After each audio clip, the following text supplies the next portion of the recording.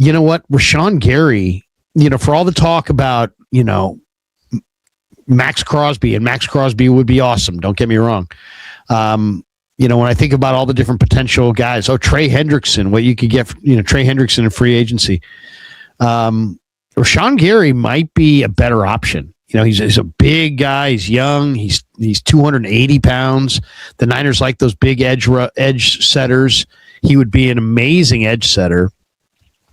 I think he would enable Mikel to play a lot more snaps inside. And then I think you really got something, because now you've got Bosa, and preferably you still have Huff. And now you've got Mikel in his second year inside more as a rusher. And then you've got Rashan Gary, who's also 280. You know what I'm saying? It's like you're now putting out a very large defensive front. And then with the 5-man front potential with Bryce Huff, I think they could have a much more dangerous line than they currently have. So I like Rashan Gary. I mean, he's not, he has never quite ever really fulfilled the potential that he's always had. He's 285 pounds and fast. But he had 7.5 sacks last year and a bunch of pressures. I think over 20 quarterback hits. So, he would have led the Niners for sure. What do you think, Rashan Gary? Yeah, he's somebody you would expect playing next to Bosa and playing in the rotation if it does come to fruition with Mikel and Bryce Huff. You can probably maximize him, keep him fresh throughout the entire year. My only concern with Gary would be the market value. Of if you're San Francisco, do you want to pay a premium for a player like him? And I don't think he'll get too expensive, but he is one of the bigger names out there at the edge position. I could honestly see San Francisco looking at Gary and saying, nope, too expensive, even if we want to bring you in, and just pivoting to Kwity Paye from the Colts, who they're built not the same, but there are similarities there in regards to size, and is probably going to be a quarter of the price from a first-round draft pick of the Colts a couple years ago. Never really has done much out there in Indianapolis. And I think when you have Chris Eric in the building, I think there is the utmost confidence, maybe blindly at times, similar to that of Chris Forrester, of our interior offensive line and defensive line coaches can get anybody to play good football. And I think that has blinded them at times to getting good players. But you have Keon White, you have Mikel, and I think, it'll be interesting to see what San Francisco's game plan is, because having a player like Gary, I do wonder, is he a player in your eyes that would actually accept being part of a heavy rotation with Huff, where you aren't on the field on third downs? Maybe you are being spelled, by a sophomore player like Micah Williams. Do you think Gary'd want that after playing across from Parsons last year, or do you think, he'd sign up to be part of a 4-man rotation in San Francisco? I think Chris would have to sell him on the idea of he's going to play a lot. I'm sure. I mean, I that's the way I see it. I would play to this guy's, the idea of, hey, look, anybody who plays opposite Nick is going to run into some sacks. And let's be honest, you're at a point now where you're looking to have a big statistical sack season, maybe win and get that one big payday on the way out. And he's only going to get it if he has a big sack season. Well, your chances of having a big sack season in a wide 9 opposite Nick are pretty good. So the line's going to tilt towards him a lot, and you're going to get some one-on-ones. And heck, if you can do it, you can do it. And it's like, if that's what I would say to him. Hey, man, if you think you can do it here, because you're going to get one-on-ones. So and then also just the idea, the guy's been in a really good organization. Hey, I'm sure you've enjoyed being in a good organization. This is a really good organization. And Chris is a phenomenal coach. He's really popular with his players. But I think just when you think about what like Crosby would cost, what Hendrickson would cost, and then what Rashan Gary would cost, and then realistically what all three of them would contribute, I think Gary's the best play.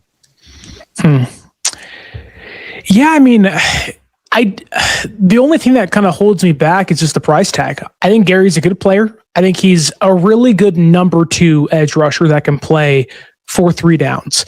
And San Francisco hasn't had that basically ever with Kyle Shanahan and Nick Bosa on the team and coaching them. Like I said, I think the price tag may draw San Francisco away from him, but it could pivot them to other guys like, Boye Mafe from Seattle, and maybe pluck one of their players away. Again, I already mentioned Kwity Paye. Maybe they go for the tried and true, really old, albeit still productive, Danico Autry, who was in Houston the last couple of years. Michael Clemens was one of the noted trade pieces they wanted to get from the Jets. Maybe they bring him in. I don't know if they want to go big at edge, but it'd be really, really fun if they did, because then you'd sit back and say, oh, that can rival anybody's defensive line. And that's really scary. And you talk about how do you stop the Seahawks? We saw it very little this year, but it's getting interior pass rush on Sam Darnold. And how do you beat that really good Seattle interior offensive line? You got to be able to push through them. And I think having somebody like Gary across and Bosa with Michael inside and Collins on the inside will definitely be a big step forward for them, certainly. Well, I mean, beyond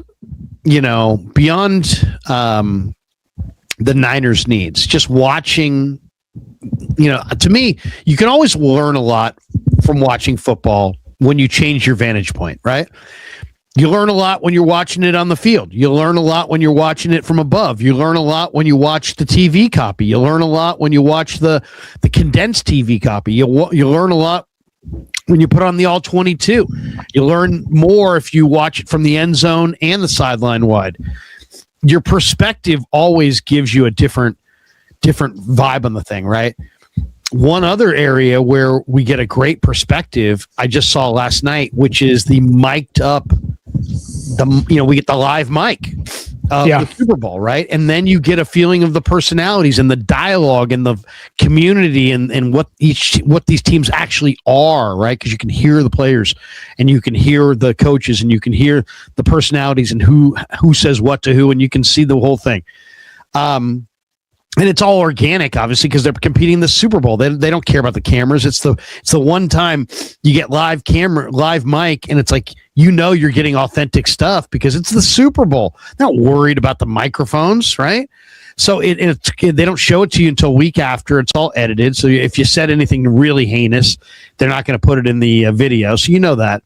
Anyway, I'm watching this thing, and the one thing that came across is that Seattle's got a bunch of really, really good back seven players with a lot of speed and a lot of swagger. And they just got, they got a lot of dudes who can really run and hit and tackle and are physical.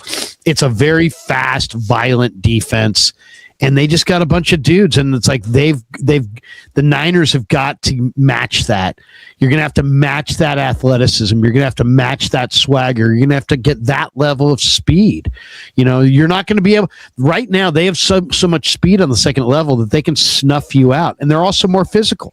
So they've got these physical, super physical, fast defensive players, and you've got a really slow wide receiver core. And if you go watch that all 22.